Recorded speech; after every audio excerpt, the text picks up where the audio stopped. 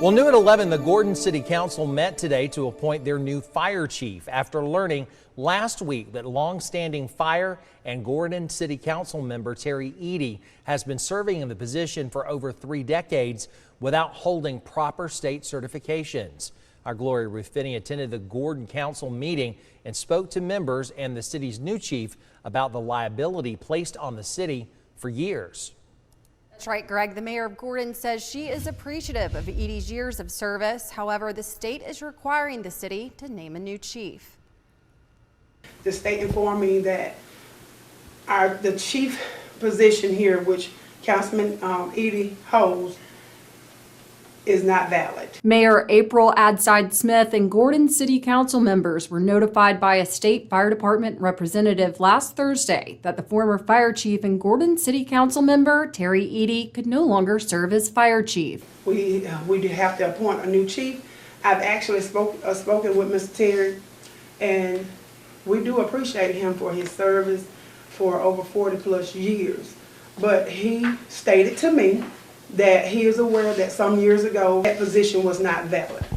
Once the city was made aware, Mayor Adside-Smith says Eady made his decision and did not wish to go back through training to obtain the proper certifications. Councilmember Rodney Evans says he's unsure how the state was flagged to Eady's lack of certification, but that it was the state requiring them to appoint someone new. He can't be a fireman or fire chief or anything because all his certifications is gone. When I spoke with Mr. Eady, he was aware that his certification was not registered. He wasn't certified or registered as a fireman, and he was aware of it from some years ago. If there were liabilities, the city could have been sued for those liabilities. The council named Nathan Cole as the new fire chief. All in favor by saying aye? Aye. He says he's been a fireman for 10 years, working in Gordon since 2019. I was able to reach Eady earlier this evening. He says he's currently on vacation but would be able to speak with me next week. He did say he believes the state has somehow lost his certification, adding that he was certified around 1984. Reporting live in the studio, Gloria Ruth Finney, WGXA News. Gloria Ruth. Well, Byron police now have some unblinking eyes helping their crime-fighting efforts. Police Chief Wesley Cannon says his department plans to install a total of 12 flock cameras. Those cameras scan license plates against a database of vehicles connected to criminal investigations. They signal police when a suspect travels through the area. So far, the cameras have led to arrests in 2 cases, including catching a man wanted on sex charges in South Carolina. I want them to know that we have this system. We have many other ways to investigate the crimes you commit. And we're determined here to make sure if you do commit those crimes, you're going to get caught and you're going to go to prison. Says the mayor and city council voted to purchase the camera as an investment in public safety. The Monroe County Board of Education met today to discuss their search for a new school superintendent.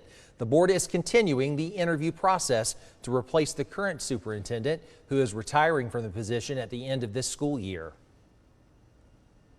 We're one of the top in middle Georgia, and we just want the right fit who's going to continue to come into that role and then continue the success we've had so far.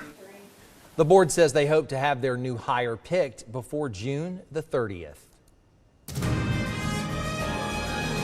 Well, Tim Scott, the Senate's only black Republican, has officially announced his 2024 presidential run. At the same time, black voters are softening in their support for President Biden. Janae Bowens has a look at why this key Democratic group seems to be growing dissatisfied with the party. Senator Tim Scott is looking to make history again as the first black Republican president. Black ones and white ones, the red ones and brown ones, working together. Scott's announcement comes at a time when black voters are less enthusiastic about President Joe Biden as he seeks a second term in the White House. I'm actually disappointed in Joe. Now, black voters saying the economy and Biden's age are factors in their waning support of the president. An ABC Washington Post poll shows 52% of Black Americans approve of Joe Biden. That's down from 82% for when he first took office. And 27% of Black people say they would definitely or probably vote for former President Donald Trump. I do believe that Republicans will be more attractive to Black Americans. The NAACP recently issued a travel advisory calling Florida openly hostile toward African Americans because of Governor Ron DeSantis'